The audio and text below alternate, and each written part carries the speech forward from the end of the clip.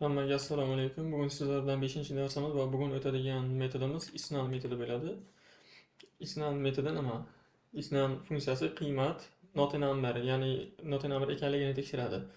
Eslatma, isnan qiymatni avtomatik ravishda numberga o'tkazadi, ya'ni biz string istagan numberga o'tkazishga harakat qiladi va shundan keyin none bo'lsa true qaytaradi.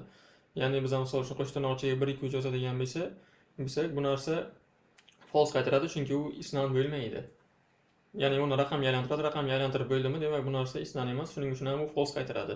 Faqatgina raqam, ya'ni biz bergan qiymat not a number bo'lsagina, ya'ni raqamga aylantirib bo'lmasagina u narsa true qaytaradi. Shu paytda not a number xatoligi vujudga kelgan bo'ladi. Asosiy sintaksi isnan funksiyasi chaqiriladi va qiymat berib yuboriladi. Value biza berishimiz kerak bo'lgan qiymat natija true yoki false qaytaradi. Isnan metodi har doim true yoki false qaytaradi. Boolean ma'lumot turida. Birinchi misol, to'g'risan oddiy sonni tekshirib ko'ramiz. Kopiyovat qilib olaman. Bu yerga tashlayman. Bu yerga oddiy console log deb chiqarib qo'yganman isnanni. Agar xohlasangiz, shunchaki konstanta result tenglik isnan 100 deb qo'ysa ham bo'laveradi. Ya'ni bu yerga resultni chiqarsa ham hech narsa o'zgarmaydi. Shunchaki kodni qisqartirish uchun console logga chiqarib qo'ygandim. Buni ishga tushirib ko'ramiz. Not numbers.js console xatolik chiqdi. Buni ishga tushiramiz. Bu yerda false. Base kodim nimagadir buzilib qolgan, anchadan beri bo'layapti bunaqa xatoliklar. Bu yerda false chiqdi. Buning sababi, ya'ni biz raqam tashadik. Raqamni o'zi shundoq ham raqam, uni raqamga aylantirishga urinib ko'radi. Shundoq ham raqam bo'lganligi uchun bu narsani false chiqaradi. Ya'ni bu not a number xatoligini vujudga keltirmaydi. Oddiy son. Ikkinchi misolga o'tamiz. Raqamli matn kiritsak, ya'ni string ichida biz matn kiritadigan bo'lsak, bu yerda oddiy log chiqarib qo'yilgan isnan metodi va string ichida 1 2 3, ya'ni buning ma'lumot turi string.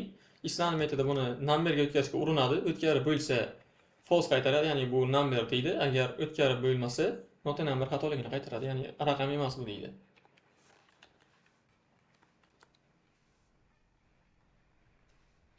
Terminal bilan ishlamay qoldi. O'chirmay keyin o'chaman. Not numbers.js. Bu yerga false qaytardi, chunki 1 2 3 bu JavaScript numberga o'tkazib bo'ladi. Ya'ni string formatda turgan bo'lsa ham uni numberga o'tkazib bo'ladi, shuning uchun ham false qaytardi.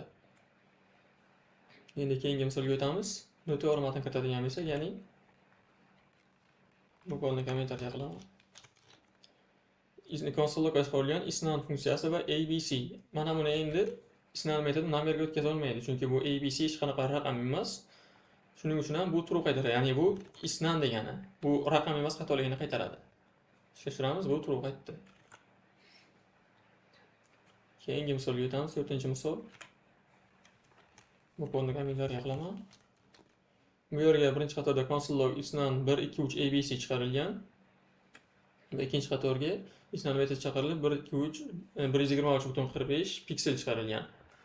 Ya'ni bu yerda birinchi boshlang'ich qismi raqam va oxirgi qismi matn bilan tugagan. Bu yerda ham xuddi shunday.